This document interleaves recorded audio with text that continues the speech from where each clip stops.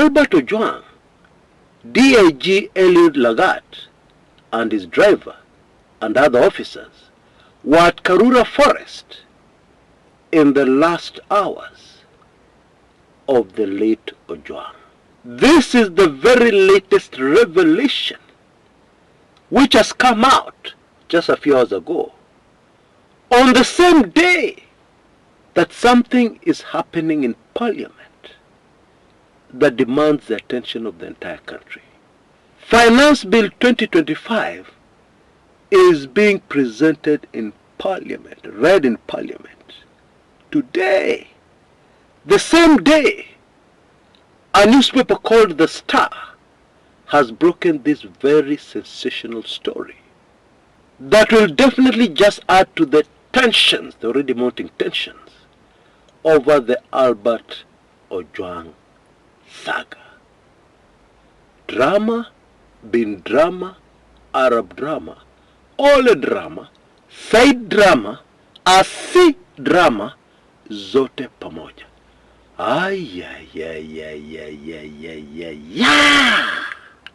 Folks, even before I begin to break this down for you, and you're going to be very shocked, we need to underline the fact that a spanner has been thrown into the works. Hey, there is a new angle that has emerged in this story. Indeed, I suspected it at the very beginning, but now finally, here is the glaring evidence of what I suspected. Let's not waste any time. Let's break this down. For the sake of visitors to Kenya who do not know what is happening, yesterday the Senate was lit as the CS Interior, Kipchumba Murkomen, together with his high-powered security team, the Inspector General of Police, the head of the DCI, etc., etc. For the better part of the day, these gentlemen were sweating, trying to answer questions, very probing, angry questions from the senators over what may really have happened to Albert Ojwang. And let me start with the highlights. The newspaper that has broken this story, this very sensational new allegation, is a newspaper that has moved very close to the government in recent times. It is more than government friendly. That is very important to note. And what they're saying is that they got this information from an inside source. Okay? That means somebody very close to government. Just digest that for a minute. Hey. Now this latest story, the timing of this story, and the information that we got earlier on, which I'm about to give you, very clearly suggest the unbelievable. It suggests that the DIG Bwana Langat was carefully set up right from the beginning. And if indeed this is true, clearly it was set up to be finished, to be removed from office, and possibly to be prosecuted. That is what this latest development suggests. Let me explain by backing up a little. Now, how did this whole story start? It started with Albert Ojwang and 4 others posting or reposting what was a fake front page of the Standard newspapers. That fake screaming headline was targeted directly at DIG Eliud Langat, and it detailed his corruption deals. Now, if we focus on the information given on that fake front page of the Standard, the first thing that is very clear, what comes out immediately, is that whoever wrote this was very well informed about the police hierarchy and how the police operates and the different police stations and what they mean in the whole Kenya Police Service structure. That was very clear. Bila kizungu mingi, it screamed insider information. It is not far-fetched to assume that those behind this fake Standard newspapers headline, it was not from the Standard newspapers, they were pretending to be the Standard newspapers. Those behind this scheme knew how the DIG was going to react. In other words, it may have been a trap. Now allow me to interrupt this narration to give you a very important piece of information that may be relevant to what we're discussing here. Intelligence services all over the world, when they want to leak some information which the press don't have, when they want to leak it, they usually do something like this. And usually, the initial release contains very key, important, factual information that is then very easy for any journalist to follow up on and to get the facts and thus be able to do their own story.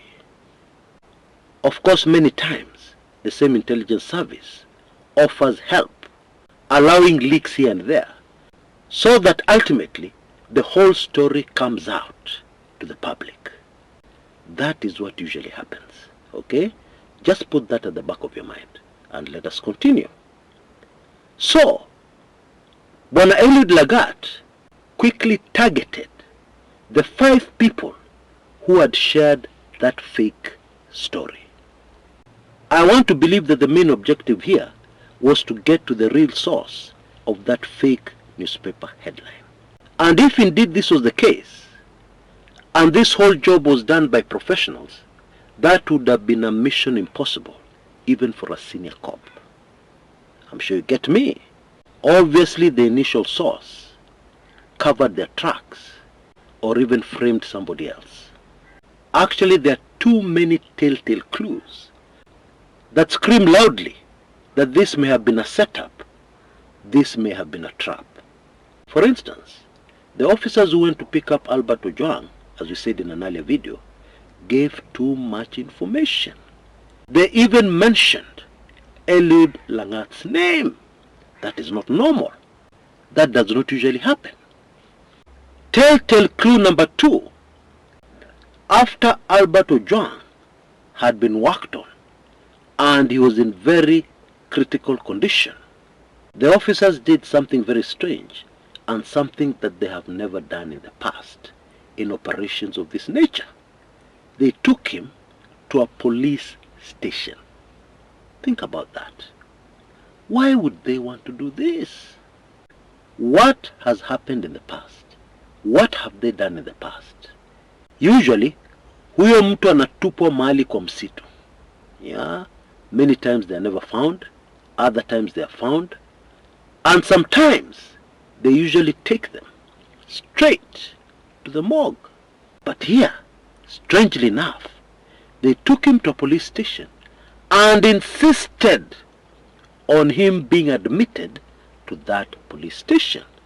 Now, of course, the officers at the police station were very much aware of this danger that was coming to them, having to explain later what happened to Albert Ojwang.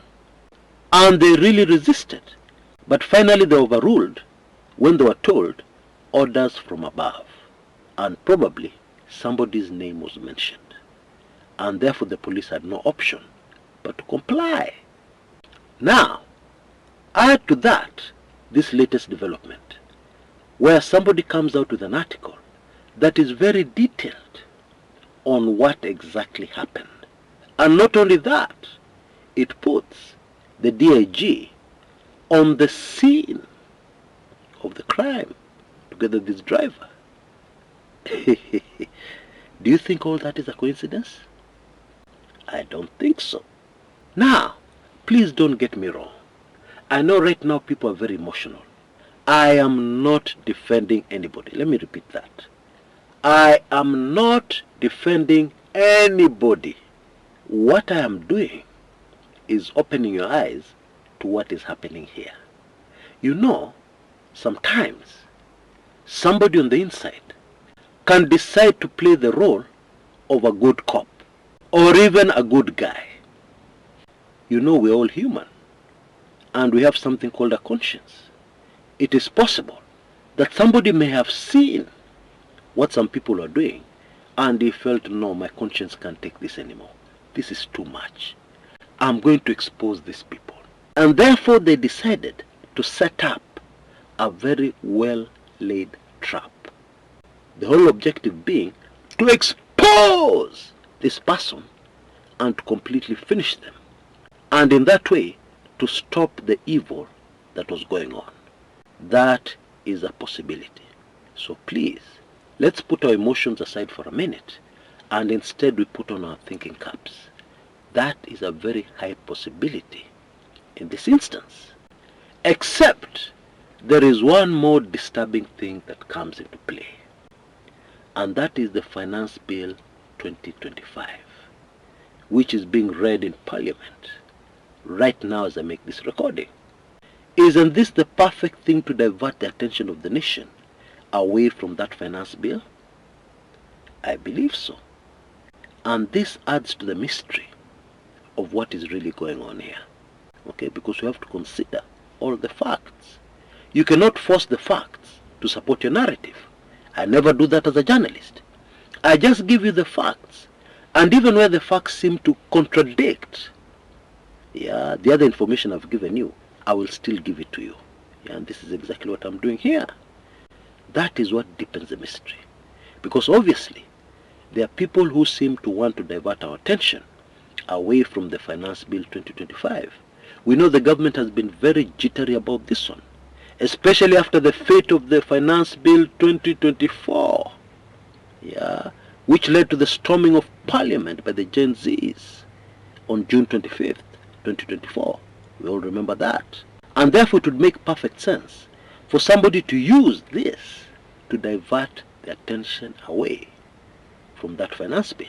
But then the key question here has to be, was that plan of diverting attention formulated before this whole drama started, or was it formulated just yesterday or the day before? That is the key question. Which one is it? What do you think? Because currently, I don't have information to support either. Okay? I can't answer that question for sure. As of now. We don't know about tomorrow, the day after. But as of now, I do not have enough information to answer that question accurately. But that is what it is.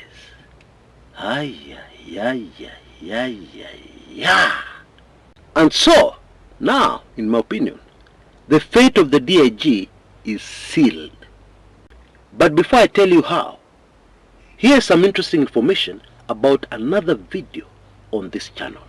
Take a look. Feeling discouraged and just about to give up?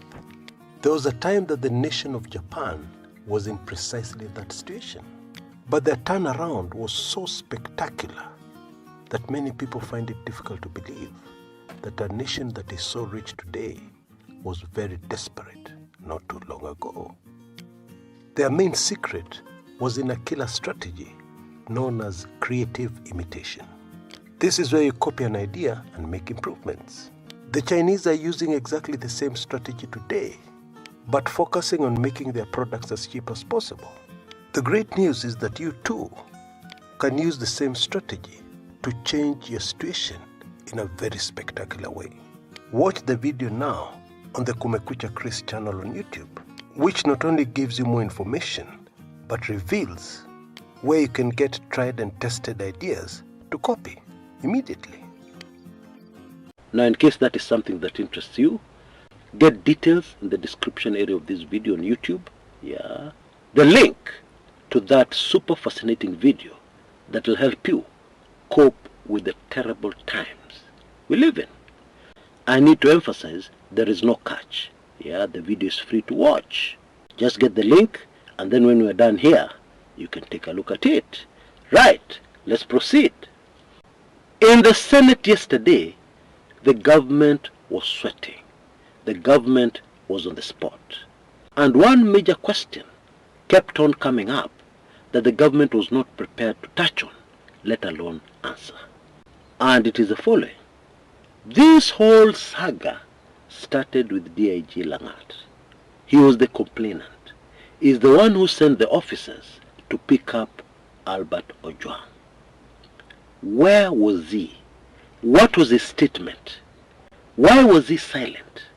Why was he not present himself at the Senate to field questions? Why? That question kept on coming up. And as the day proceeded, it was clear to everybody, both local and international observers, it was very clear that the DIG was being protected. Bwana Langat was being shielded from everything. And this became beyond clear when the DCI boss, Bwana Mohammed, came out and said that the chief prime suspect in the Albert Ojwang murder was actually the OCS Central Police Station, Bwana Samson Talam. Now. How now? How could he be the chief suspect when the Central Police Station is where the late Albert Ojwang ended up many hours after he was picked up in Homa Bay? That is where he ended up, already in very bad condition. How? Already in very bad condition, fighting for his life. This man was only in charge of the holding cells there. How could he be the prime suspect? And so you can imagine the impact when the very next day, this morning, the Star newspaper comes out with this very detailed article giving us information that has DIG Langat written all over it. He was at the scene of the crime, he was with his driver, etc., etc. In the minds of many, it changes Bwana Samson Talam, the OCS, Central Police Station, from a chief suspect to a key witness against Bwana Langat. And of course, his officers, who were operating under his orders. And so now, it will be very difficult for the DCI's theory of Bwana Talam being the chief suspect. It will be very difficult for that to fly from here going forward. I think that is very clear. That is easy to see. And so we need to wait and see how this particular story develops. But one thing is very clear. It is not looking good for the man who ordered the arrest of the late Albert Ojwang. That man is Eliud Langat.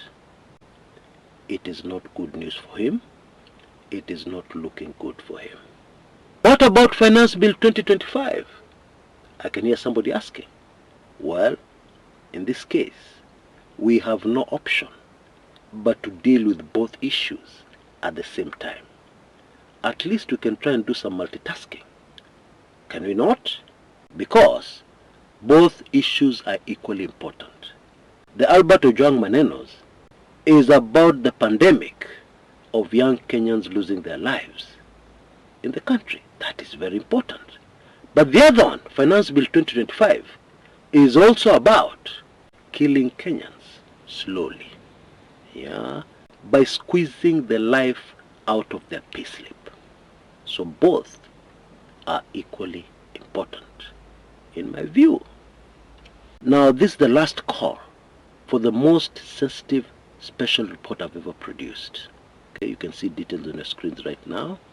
Many of those people who have taken in this information are still dumbfounded. They're still frozen in shock. And I'm still getting emails and messages about the contents of this highly sensitive special report. And you can get it in an instant.